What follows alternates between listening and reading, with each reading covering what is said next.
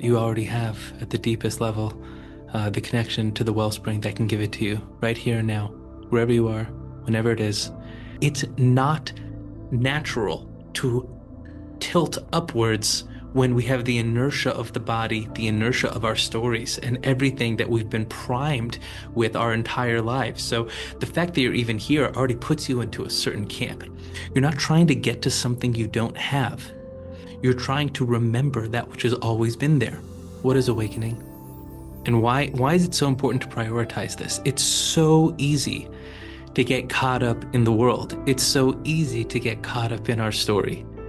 When you see someone who's really leaning in to their spiritual connection, to their inner well-being, to unlocking their emotional and psychological space to make room for a higher light to come through, it's something to be inspired by and to admire, only because of the fact that it's so hard. It's the reason why people were called saints, because it's extremely difficult. It's a difficult thing to do. We have to remember, it's not natural to tilt upwards when we have the inertia of the body, the inertia of our stories, and everything that we've been primed with our entire lives. So the fact that you're even here already puts you into a certain camp. And we're at this point in history where there's a collective awakening that's happening. So we have to be really excited that we're even here. But it's not that it's easy.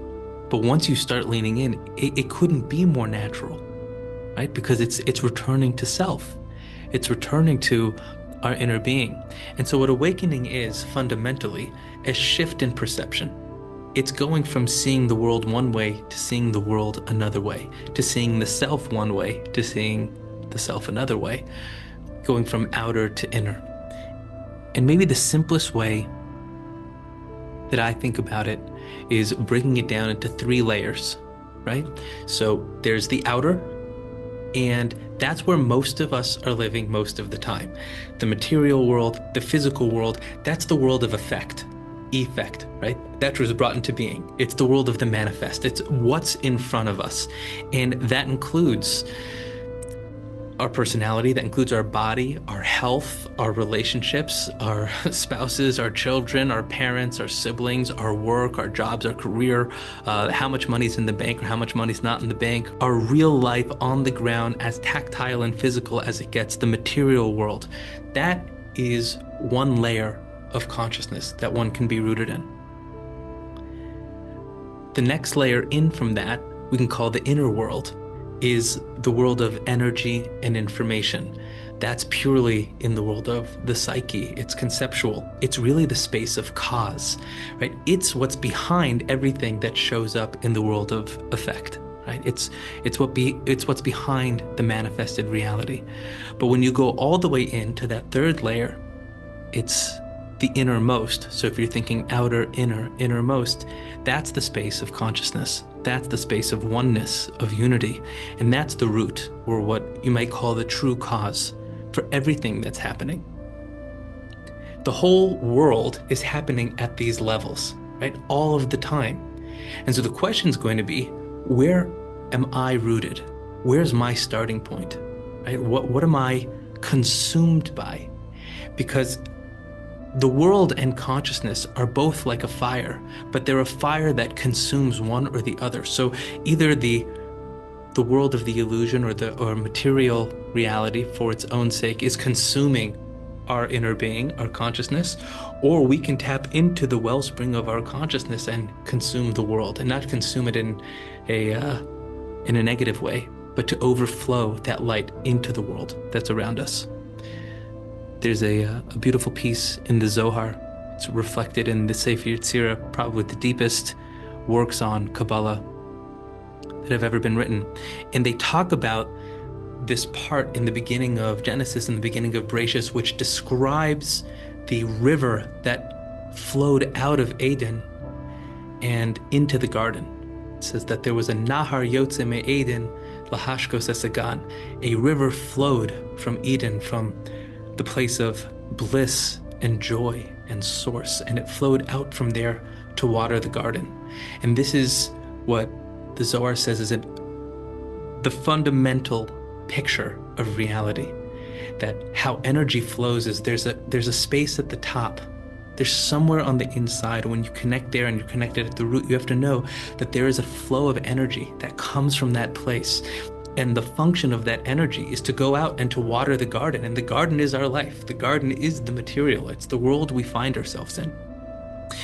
And then it goes on to say that the root of suffering is when you take the source and instead of starting with it, you leave it for last. And so when you take the first letter of those three words, Eden, Nahar, and Gan, the source, the flow of the river, and the garden, and you start with the river instead of the source, it spells the word nega, right? N-E-G-O, nego, yeah? And that word means affliction. It means suffering. So when we cut ourselves off from the source and we think that our flow is the source that's going to water the world, and we start from within, eventually that leads to some form of suffering.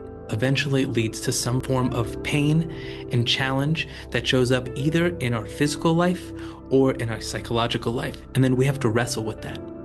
But he says, when you start the other way, when you start from source, right? If you allow yourself to go all the way in to remember and to awaken to the fact that there is a bubble beyond this dream that's actually reality, and that we are taking place within the dream. When you start from there in the knowledge that all is well and that all is good because it's all sourced in something higher, and this is one iteration of a much greater story.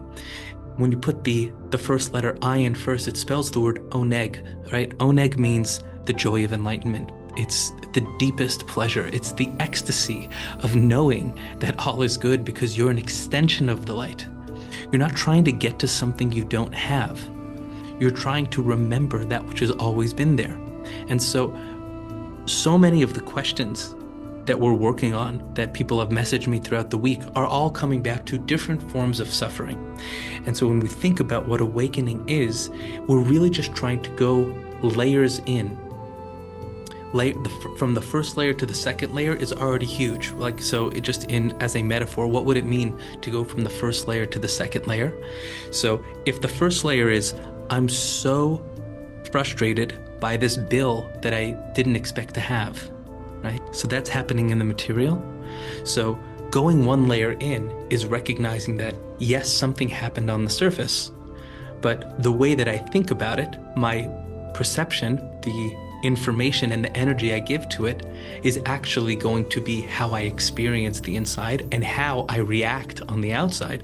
So by going one layer in, you're already higher than probably most of the planet, right? Usually we are so reactive to things. We have this automatic response thinking. I call it the art that we create in the world. We're all making art. We're all artists in the world, and our art is our ART, our automatic response thinking, right? It's the gut reaction, the initial pushback on reality when it happens. We don't give ourselves enough time to actually lean into the more energetic, psychological, informational space first, and then go in. And when we do, we tend to make better decisions and things open up for us. So that would be going one layer in. But going two layers in is getting so broad and so wide with our perspective. It's opening the aperture on the camera so much that we realize that doesn't even matter in the cosmic sense, in the ultimate sense. Yes, it's something that I'm going to have to contend with, right? Because I live in the world. But I remember that no matter where this goes, all is well. No matter where this goes, it's part of something greater. And so that informs our thinking and our beliefs, the energetic space. And then that will inform our behaviors, our actions and reactions to situations on the outside, if that makes sense. The way that Rav Dessler speaks about it is that we have these three baseline layers of consciousness, and we refer to them as nefesh, ruach, and neshama, right? A lot of big ideas here, but it's really just these three things over and over again. At the lowest layer, the nefesh engages with the material.